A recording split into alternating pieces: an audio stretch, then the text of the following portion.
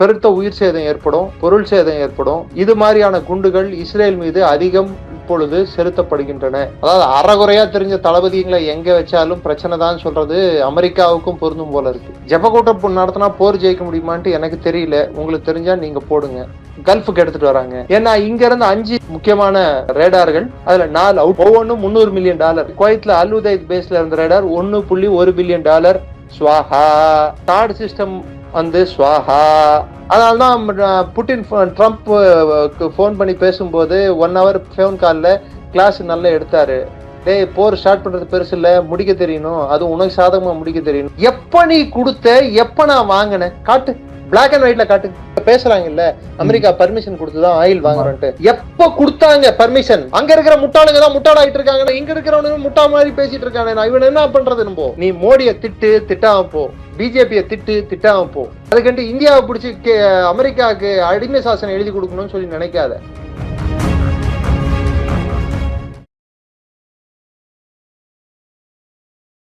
இளைய பாரத நேயர்களுக்கு வணக்கம். இன்னைக்கு நம்ம நேர்களில் நம்ம சிறப்பு விருந்தினர் defence expert doctor Niranjan sir அவர்கள் தான். சார் வணக்கம் சார். ஜெய்ஹிந்த். வணக்கம். ஜெய்ஹிந்த். சார், இப்போ ஈரான்ல என்ன மாதிரி சிச்சுவேஷன் நடந்துட்டு இருக்கு சார்? போர் போய்கிட்டே தான் இருக்குது. பட் இருந்தாலுமே ஈரான் மறுபடியும் துருக்கியை தாக்குனதாகவும், அது மட்டும் இல்லாம இஸ்ரேல் முக்கியமான சிட்டிஸை தாக்குனதாகவும் நியூஸ் எல்லாம் வருதே சார். என்ன நடந்துட்டு இருக்கு இப்போ கரண்ட் சிச்சுவேஷன்? ஹைஃபா தாக்கப்பட்டுள்ளது, டெல் அவீவ் தாக்கப்பட்டுள்ளது.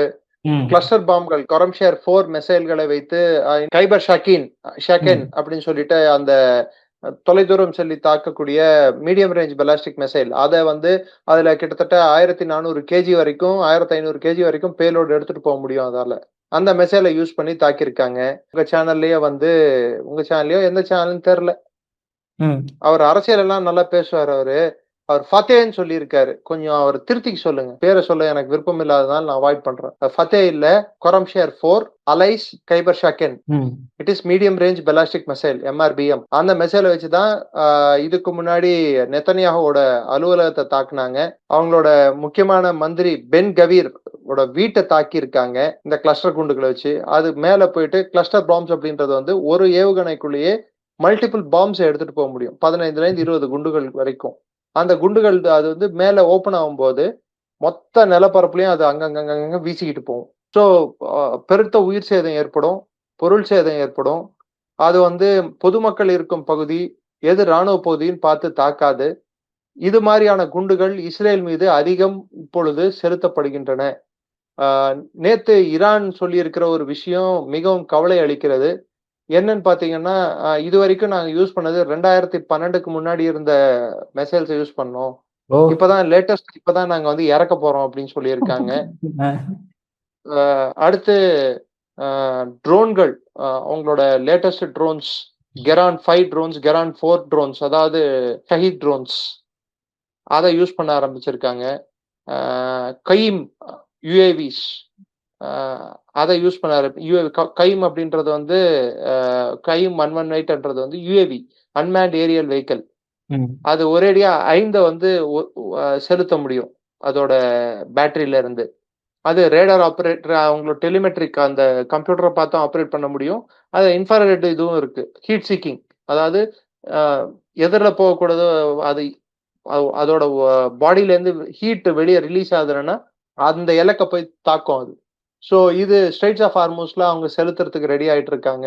ஸ்ட்ரெய்ட்ஸ் ஆஃப் ஹார்முஸை முழுமையா மூடுறதுக்கான சில முயற்சிகள் ஈரான் எடுத்திருக்கிறது. அதற்கு அவங்க விதித்திருக்குள்ள நிபந்தனைகள், அரபு நாடுகள் ஸ்ட்ரெய்ட்ஸ் ஆஃப் ஹார்முஸை நாங்க திறக்கிறதுக்கான ஒரே நிபந்தனை, அதுவும் முக்கியமான நிபந்தனை, அமெரிக்காவுக்கு யாரெல்லாம் பேஸ் கொடுத்தீங்களோ எல்லா பேஸையும் மூடி சாவியை எடுத்துக்கிட்டு அவங்களை துரத்தி எடுத்துங்க அப்படின்ட்டு இருக்காங்க. 7:30 கூப்பிட்டு வச்சுக்கிட்டீங்கல்ல, 7:30 துரத்தி. இதுல வேற பீட்டர் எக்ஸத் அவர் புதுசா ஸ்டேட்மெண்ட் வேற கொடுக்குறாரு. அவங்க பண்ண இன்னொரு சேட்டை, ட்ரம்ப் பண்ண சேட்டை இப்ப புதுசா வெளியே வந்திருக்கு. ஆட்சிக்கு வந்த உடனே பென்டகன்ல இருந்த முக்கியமான தளபதிகளை எல்லாம் மாத்திட்டு இவங்களுக்கு யாரெல்லாம் ஜால்ரா போட்டாங்களோ அவங்களையெல்லாம் தளபதி ஆக்கியிருக்காரு. அதாவது அறகுறையா தெரிஞ்ச தளபதிகளை எங்க வச்சாலும் பிரச்சனை தான் சொல்றது அமெரிக்காவுக்கும் பொருந்தும் போல இருக்கு. நான் சொல்றது ராணுவ தளபதிகளை. பாகிஸ்தான்ல ஒண்ணு இருக்குல்ல, ஃபீல்டு மார்ஷல் முனீர், அது மாதிரி நீங்க நான் ஒண்ணு சொன்னா ஒண்ணு ட்விஸ்டா போட்டுருக்கீங்க நீங்க. அதனாலதான் முதல்லயே நான் முன்னேற்பாடா நான் எதைன்னு சொல்ல வந்தேன்னு சொல்லிட்டேன் நான். சோ ராணுவ தளபதி, அதுல வேற அங்க போயிட்டு ஜபக்கூட்டம் வேற நடத்துறாங்க பென்டகன்ல போயிட்டு. ஜெபக்கூட்டம் நடத்தினா போர் ஜெயிக்க முடியுமான்ட்டு எனக்கு தெரியல. உங்களுக்கு தெரிஞ்சா நீங்க போடுங்க. பீட்டர் எக்ஸத்து ஃபர்ஸ்ட் நாள்ல வந்து ட்ரம்ப் வந்து மக்களே நீங்கள் எல்லாம் வீட்டில் பத்திரமாக இருங்கள். Lots of damage. Because lots of damage is going to happen. Be safe in the house. America will prevail. They will save you. அப்படின்னாரு. அடுத்த நாள் வந்து the regime it will be an endless war. The regime will destroy you. Until the regime is destroyed, America will not live. அப்படின்னாரு. முதல்ல பாதுகாப்பா இருங்க, பத்திரமா இருங்க அப்படின்னு சொன்னவரு அடுத்த நாள் வந்து ஆட்சியை வந்து மாத்திர வரைக்கும் அதான் ஆட்சியாளர்கள் எல்லாம் குண்டு போட்டியே ஆட்சி மாறலையா? சரி அடுத்த நாள் வந்து ஆட்சியை மாத்திர வரைக்கும் நாங்க சண்டையை தொடருவோம்னாரு. நாலாவது நாள் வந்து பீட்டர் எக்ஸ் இந்த ஆட்சி மாற்றத்துக்கான போரே அல்ல அப்படின்ட்டாரு. அப்போ ஒண்ணு உங்களோட போர் மந்திரி மர கலந்து இருக்கணும், இல்ல ட்ரம்ப் அவருக்கு புரிதல் இல்லாம இருக்கணும். எது உண்மை? இன்னைக்கு கொரியால இருந்து எடுத்துட்டு வராங்க. எதை நான் சொன்னேன் போனாடி சொன்னேன்னா ஜப்பான்ல கொரியால பாதுகாப்புக்காக அங்க வச்சிருந்தாங்க இந்த தார்டு சிஸ்டம். அந்த தார்டு சிஸ்டம் ரேடாஸை வந்து அங்க இருந்து ஏர்லிஃப்ட் பண்ணி எடுத்துட்டு வந்துட்டு கல்ஃபுக்கு எடுத்துட்டு வராங்க. ஏன்னா இங்க இருந்து 5 முக்கியமான ரேடார்கள், அதுல 4 அவுட், ஒவ்வொன்றும் $300 million. Already advance radar, electronic warfare radar, AEWS radar நினைக்கிறேன் அது பேரு. அந்த ரேடார் வந்து குவைத்ல அல் உதைத் பேஸ்ல இருந்த ரேடார் $1.1 பில்லியன் ஸ்வாஹா. இப்போ தார்ட் சிஸ்டம் வந்து ஸ்வாஹா. 4 ரேடார்கள், ஒவ்வொரு ரேடாரும் 300 பில்லியன் ஸ்வாஹா. உலகத்துல அவங்க வெளியே அனுப்பி இருக்கிறதே 9 தான். அதுல 4 அவுட்டு, 1 மிச்சம் இருக்கு. மிச்சம் 4ல யுக்ரைன்ல கூட 1ஓ 2ஓ இருக்குன்னு நினைக்கிறேன்.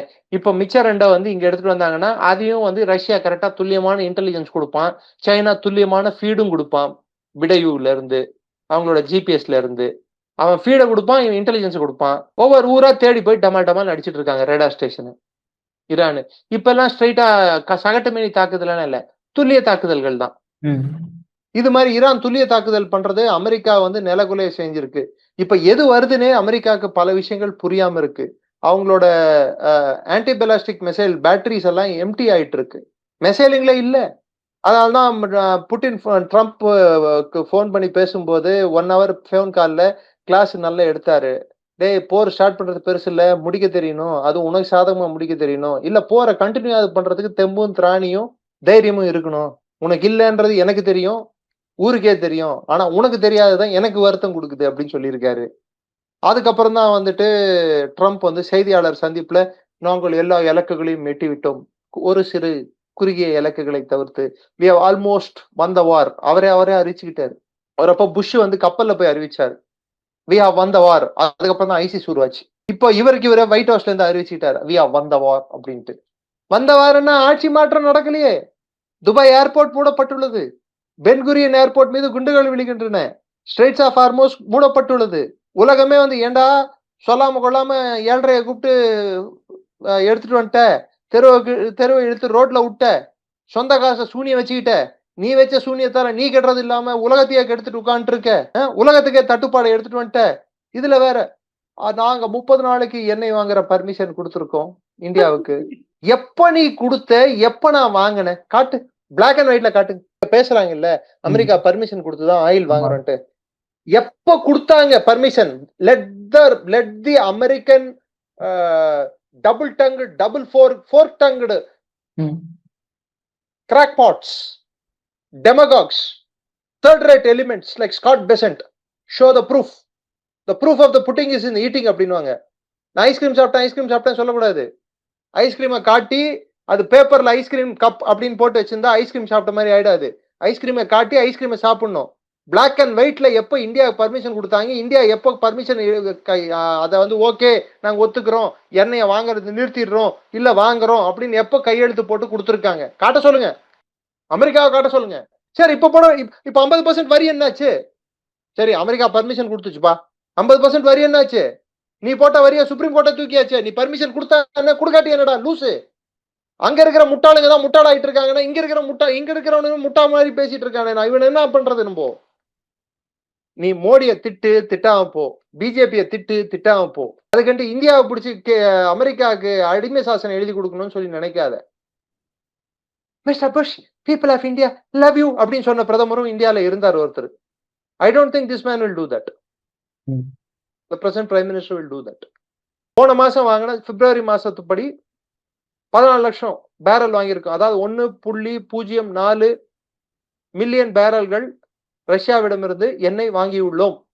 இப்பொழுது நான் உங்களுக்கு பேட்டி அளிக்கும் 11/3/2026 மாலை 5:05 அளவில் ரஷ்யா இந்தியாவுக்கு 30 மில்லியன் பேரல் அளவுக்கான எண்ணெயை சப்ளை செய்து கொண்டு இருக்கிறது.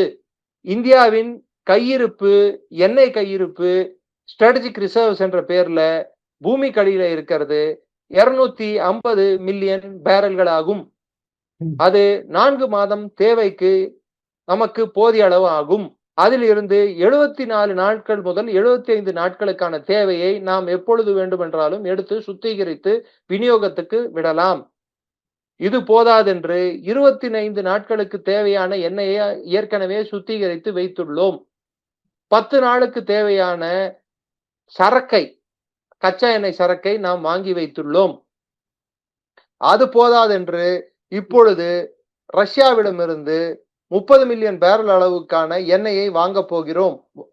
அது $12 அதிகமான விலையில் தான் வாங்குகிறோம். அதற்கு முழு காரணம் அமெரிக்கா. இப்பொழுது அமெரிக்காவுக்கு அடிவரடிகளாகவும், கூஜா தூக்குபவர்களாகவும், அவர்களுக்கு கொடைபிடிப்பவர்களாகவும் இங்கே இருக்கும் அந்நிய கைக்கூலிகள் வாயை திறந்து பேசட்டும், அல்லது தங்கள் திருவாயை அமுத்திக் கொண்டு அமைதியாக உட்காரட்டும். ஓகே சார், இப்போ வந்து ஆயில் ப்ராப்ளம் அது வந்து ஓரளவுக்கு சொன்ன மாதிரி இருக்கு. கேஸ் கட்டுப்பாட்டை பத்தி அடுத்த கேள்வி. அதற்கான பதில் ஆமாம். இந்தியாவுக்கு வர வேண்டிய கொத்தார் மூலம் வர வேண்டிய 30% ஸ்ட்ரெய்ட்ஸ் ஆஃப் ஹார்முஸ்ல இருந்து வர வேண்டிய கேஸ் வந்து சேரவில்லை. காரணம் அமெரிக்கா, இஸ்ரேல், ஈரான் மீது தொடுத்த போர். இதற்கு இந்த அரசோ, இந்த இந்திய நாட்டு மக்களோ, இந்திய ராணுவமோ நேர்முகமாகவோ மறைமுகமாகவோ எவ்விதத்திலும் காரணம் இல்லை. இவர்கள் அண்ணாந்து பார்க்கும் இவர்களின் முன்னோடிகளான பிரிட்டனிலேயே, அதுவும் குறிப்பிட்டு இந்திய எதிர்கட்சியின் முதல் பிரதமரே சொல்லி இருந்தார், ஐ ஆம் the last English man to rule over India என்று. அவரின் செல்ல நாடான, ரொம்ப இணக்கமான நாடான பல்வேறு விஷயங்களில், பலான விஷயங்களில் கொள்கை ரீதியாக அவரை பிரதமராக்கிய காரணத்துக்காக, அதனால் அவருக்கு ரொம்ப இணக்கம் காட்டினார் அந்த நாட்டுடன். நான் சொல்வது யுனைடெட் கிங்டமுடன் இணக்கம் காட்டினார். அந்த நாட்டிலேயே 2 நாளுக்கான கேஸ் தான் இருக்கிறது என்று அந்த நாடே ஒத்துக்கொண்டுள்ளது. என்ன? அதான் உண்மை. நார்த் ஸ்ட்ரீமா முடியாச்சு. இந்த சைடு கல்ஃப்ல இருந்து போற கேஸும் நின்னு போயிடுச்சு. ஈரான் அடிச்சா ஈரான் அமைதியா இருப்பான்னு நினைச்சாங்க. ஈரான் பக்கத்துல இருக்கு, டேய் நான் போறேன், நான் முழுகுனா பக்கத்துல இருக்க எல்லாரையும் முழுகடிச்சு தாண்டா முழுகுன்னு சொல்லிட்டு எல்லாரையும் அடிச்சிட்டான். போச்சா? அதற்கு இந்திய அரசு எடுத்துட்டு வந்திருக்கிற திட்டம் என்ன? முதல் கட்டமாக இப்பொழுது இருக்கக்கூடிய பிரச்சனையை சமாளிக்கும் விதத்தில் டொமஸ்டிக் கேஸ் யூஸ் 100% சப்ளை குறைக்கப்பட மாட்டாது. கமர்ஷியல் கேஸ் 100% சப்ளை குறைக்கப்பட மாட்டாது. ஆனால் டிலே ஆகும். 25 நாட்கள்னு சொல்லிட்டு ஒரு கேப் வச்சிருக்காங்க, அதுக்குள்ள புக் பண்ணக்கூடாதுன்னு சொல்லிட்டு. சிஎன்ஜி, கம்ப்ரஸ் நேச்சுரல் கேஸ், இது எல்லாமே எல்என்ஜில இருந்து உற்பத்தி ஆகிறது தான். லிக்விஃபைட் நேச்சுரல் கேஸ் தான் எல்பிஜியா மாறுது, கம்ப்ரஸ் நேச்சுரல் கேஸா மாறுது. ஏன்னா இங்க மெத்த படித்தவர்கள் வந்து சில பேர், இவன் டாக்டர், இவனுக்கு என்ன தெரியும் அப்படின்னு சொல்லி. நான் படிச்சது டிஃபென்ஸ் ஸ்டடிஸ் தான்ப்பா, நான் ஒத்துக்கிறேன். மெட்ராஸ் யூனிவர்சிட்டி தான் என் பிஹெச்டி வாங்கினேன். யூஜி வந்து படிச்சதும் டிஃபென்ஸ் ஸ்டடிஸ் தான், பிஜி படிச்சதும் டிஃபென்ஸ் ஸ்டடிஸ் தான்.